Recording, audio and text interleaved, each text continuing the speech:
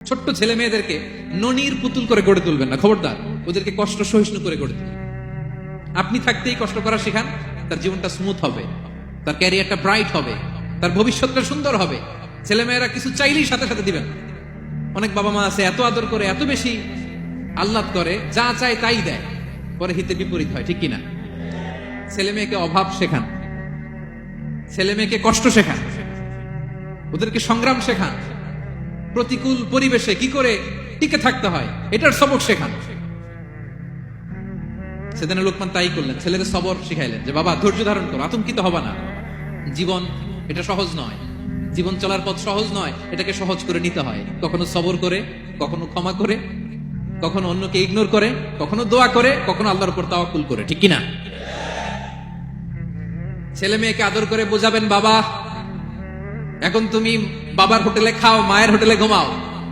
সারা জীবন এমন চলবে না, দুনিয়াটা বড্ড কঠিন, এখানে কেউ কাউরে জায়গা করে দেয় না, নিজের জায়গা নিজেরই করে নিতে হয়, ঠিক কিনা? ছোটবেলা থেকেই তাকে দৃঢ় মনোবলের করে তুলতাম যে বাবা দুনিয়াটা এত সহজ নয়, এটা সহজ করে নিতে হয়। This is the life hacks. এই লাইফ হ্যাক গুলো আপনি শেখাবেন, লাইফ লেসন গুলো শেখাবেন। ধৈর্য ধরো, সৎ কাজের আদেশ দাও, মন্দ কাজের নিষেধ করো। এগুলো করতে গেলে একটু বাধা বিপত্তি আসবে, কিন্তু শেষ হাসিটা তুমিই হাসবে, ঠিক কিনা? বিজয় তোমারই হবে। কি বলেন? সময়ই কথা বলে, সময়ই কথা বলে। বিপদে ধৈর্য ধরো। বিশ্বনবী আল্লাহ বললেন, ওসবির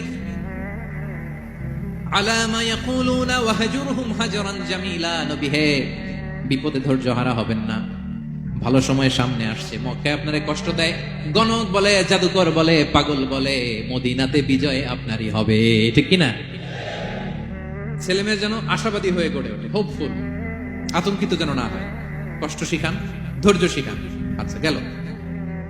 এরপর তিনি বললেন, ওয়ালা তুসাইর খাদ্দাকা লিন্নাস। ও আমার কলিজার টুকরা সন্তান, ওয়ালা তুসাইর খাদ্দাকা লিন্নাস। অহংকার করে মানুষ থেকে মুখ ফিরিয়ে নিও না। ছেলেরে এবার সোশ্যাল বানানোর চেষ্টা করতেছে। হ্যাঁ, ওয়ালা তুসাইর খাদ্দাকা লিন্নাস। দেখেন একটার পর একটা, প্রথমে স্রষ্টারে চিনাইলেন, তাই না? এরপরে স্রষ্টার ক্ষমতা সম্পর্কে শিখাইলেন, এরপরে আধ্যাত্মিকতা শিখাইলেন, এরপরে ইবাদত কি সেটা জানালেন, এরপরে তিনি সোশ্যাল এঙ্গেজমেন্ট কিভাবে করবেন, সোশ্যাল রিফর্ম কিভাবে করবেন শিখালেন। এবার মানুষের সাথে কিভাবে মিশতে হয় সেটা শিখাচ্ছেন। মানে পিপল ওরিয়েন্টেড হও। ওয়ালা তুসাইর খাদ্দাকা লিন্নাস। অহংকার করে মানুষের থেকে মুখ ফিরিয়ে নিও না, মুখ ছিটকাবে না। মানুষকে সম্মান করো, মানুষের সাথে মেশো, বি পিপল ওরিয়েন্টেড। আমাদের অনেক ছেলে মেয়েরা মানুষের সাথে মিশতে পারে না। দোষকার বাবা মায়ের, শেখায় না। একটা সময় আমাদের মনে আছে, ছোটবেলায় মেহমান আসলে আমরা এত খুশি হইতাম। কি বলেন? মেহমানের কাছে যাইতাম, সূরা শোনাইতাম, কবিতা শোনাতাম, এটা খেলতাম, ওইটা করতাম, যাওয়ার সময় আমাদেরকে টাকা দিয়ে যেত, হায় রে খুশি। এখন দেখবেন টেনে হিসেবে মেহমানের সামনে আনা যায় না। এরকম আছে না নাই? অনেক ফ্যামিলিতে এরকম আছে যে তারা সারাদিন ডিভাইস নিয়ে, এই ডিভাইস আসক্তি এত মারাত্মক পর্যায়ে পৌঁছেছে যে তারা মানুষের সাথে মিশতে পারে না। এই পাবলিক ওরিয়েন্টেশনটা অনেকের নাই, পিপল ওরিয়েন্টেশন নাই। অনেক ছোট বাচ্চা, মেহমান আসছে, তুমি একটু আসো, সালাম দাও, বসো, আসতে চায় না, বসতে চায় না। কারণ ওরা শিখানো হয় না, সারাদিন দিয়ে রাখছে কি হাতে? মোবাইল। এই জন্য ছোটবেলা থেকে আমরা যেন সামাজিক বানাই, বাচ্চাকে যেন শেখাই, বাবা মুরব্বীকে দেখলে সালাম দিতে হবে, কি করতে হবে ওরা শিখাবেন। অনেক সময় ছোট বাচ্চারা না বুঝে দারোয়ানের সাথে খারাপ আচরণ করে, ঘরের কাজের বুয়ার সাথে খারাপ আচরণ করে, ড্রাইভারকে বকা দেয়, আছে না নাই? ভদ্রতা, ডিসেন্ট ম্যানার আপনি শিখান নাই, তো শিখবে কোত্থেকে? এই জন্য শুরুতেই বললাম যে গরুর পেট থেকে বেরোলে গরু হয়, কিন্তু মানুষের পেট থেকে বেরোলেই ওটা মানুষ হয় না। ওটা মানুষ বানাতে হয় দিনের পর দিন, মাসের পর মাস, টিউনিং করে, পলিশিং করে, গাইড করে করে মানুষের মতো মানুষ বানাতে হয়।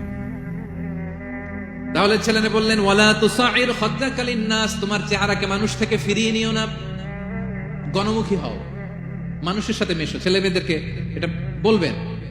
শহরে থাকলে মাঝে মাঝে গ্রামে নিয়ে যাবেন, কাদার মধ্যে ছেড়ে দিবেন, হাট বেটা, হ্যাঁ, কাদায় ছেড়ে দিবেন, পুকুরে ছেড়ে দিবেন, দৌড়াদৌড়ি করতে করতে তারপরে তারা শিখবে, দেখবে। মাছ, জ্যান্ত মাছ দেখে নাই আমাদের অনেক ছেলে মেয়েরা, আছে না নাই? ওরা ভাবে মাছ বোধহয় ওই ইয়ের মধ্যেই পাওয়া যায়, শপিং মলেই পাওয়া যায়, ফ্রিজের মধ্যে থাকে, এরপরে এটা খাইতে হয়। জ্যান্ত মাছ দেখলে দেখবেন ভয় পেয়ে গেছে, কারণ শেকড়ের সাথে এদের কোনো সম্পর্ক নাই। এরা যেন গণমুখী হয়, শেকড়ের সাথে যেন এদের সম্পর্ক থাকে। হ্যাঁ, এটাই দেখেন, এই উপদেশটা কয় হাজার বছর আগের। মনে হচ্ছে যেন আজকের পরিস্থিতি দেখে দেখে লোকমান ইসলাম ছেলেকে অ্যাডভাইস করতেছে। সুবহানাল্লাহ বলবেন না? ওয়ালা তুসাইর খাদ্দাকা লিন্নাস, মানুষ থেকে মুখ ফিরিয়ে নিও না, ছেলে মেয়েদের শেখান। মানুষ দেখলে ভয় পেও না, মানুষের কাছে যাও, মানুষের দুঃখ দুর্দশা দূর করার চেষ্টা করো, গণমুখী হও, মানুষকে দেখতে সালাম দাও, মুচকি হাসি দাও, হাত বাড়িয়ে মুসাফা করো, তাহলেই না মানুষের সাথে তুমি মিশবে, শিখবে, জানবে, ঠিক কিনা? এরপরে বললেন ওয়ালা তামশি ফিল আরদি মারাহা, আমার কলিজার টুকরা সন্তান, অহংকার করে রাস্তা দিয়ে হেঁটো না, কারণ ইন্নাল্লাহা লা ইউহিব্বু কুল্লা মুখতালিন ফখুর, আল্লাহ অহংকারীকে পছন্দ করেন না। এবার বডি ল্যাঙ্গুয়েজ শিখাচ্ছেন ছেলেকে, কিভাবে হাঁটবে। আমাদের অনেক সময় ছেলে মেয়েরা খুবই ভালো, নিষ্পাপ, শুধু ভিতরটা পরিষ্কার হইলে হবে না, আপনার জেস্টারও তো ভালো হইতে হবে। হ্যাঁ, ভিতর ভালো কিন্তু প্রকাশভঙ্গি জানে না, আছে না নাই? এটা ইংরেজিতে কি বলে? বডি ল্যাঙ্গুয়েজ বলে, বুঝতে পারছেন? এবার ছেলেকে বডি ল্যাঙ্গুয়েজ শিখাচ্ছে বাবা, হাঁটার সময় এইভাবে হাঁটতে হবে। ওয়ালা তামশি ফিল আরদি মারাহা, অহংকার করে রাস্তা দিয়ে হেঁটো না। এখানে তামশি বলতে শুধু হাঁটাই না, অহংকার করে ড্রাইভ করো না, অহংকার করে হুন্ডা চালিও না। এরকম আছে না নাই? আমাদের ইয়াং ছেলে মেয়েরা হুন্ডা একটা পাইলে এমন আওয়াজ করে তারা চলবে, অসুস্থদের ক্ষতি হয়, ছোট বাচ্চারা ভয় পেয়ে যায়, মাঝরাতে মানুষ লাফ দিয়ে ওঠে ঘুম থেকে। এরকম আছে না নাই? আমাদের সন্তানরা যেন এরকম না হয়। রাস্তা দিয়ে চলতে বিনয়ের সাথে হাঁটতে হবে, ভদ্রভাবে হাঁটতে হবে, কারণ রহমানের বান্দারা অহংকারী হয় না, তারা বিনয়ী হয়, ঠিক কিনা? وعباد الرحمن الذين يمشون على الأرض هونا وإذا خاطبهم الجاهلون قالوا سلاما, রহমানের বান্দারা রাস্তা দিয়ে যখন হাঁটে দাম্ভিকতার সাথে হাঁটে না, অহংকারের সাথে হাঁটে না, বিনয়ের সাথে রাস্তা দিয়ে তারা চলাফেরা করে, ঠিক কিনা? তো ছেলেকে হাতে ধরে ধরে বডি ল্যাঙ্গুয়েজ শিখাচ্ছে, বাবা অহংকার করে হেঁটো না, মানুষের অহংকার সাজে না, অহংকার সাজে একজনের, তিনি কে? অহংকার কার চাদর? আল্লাহ বলে এই চাদর ধরে যদি কেউ টান দেয় ওরে আমি জাহান্নামে নিক্ষেপ করি, ফালা উবালি, আই ডোন্ট কেয়ার, ওরে আমি জাহান্নামে ফেলবো। অহংকার করার কি আছে আমাদের? কিছুই নাই, ঠিক কিনা? ডায়রিয়া যদি হয়, লুজ মোশন যদি হয়, 5 বার টয়লেটে গেলে এরপরে চেহারার দিকে তাকানো যায়? বিছানায় পড়ে হা হু করতে শুরু করে, তো কিসের অহংকার আপনার?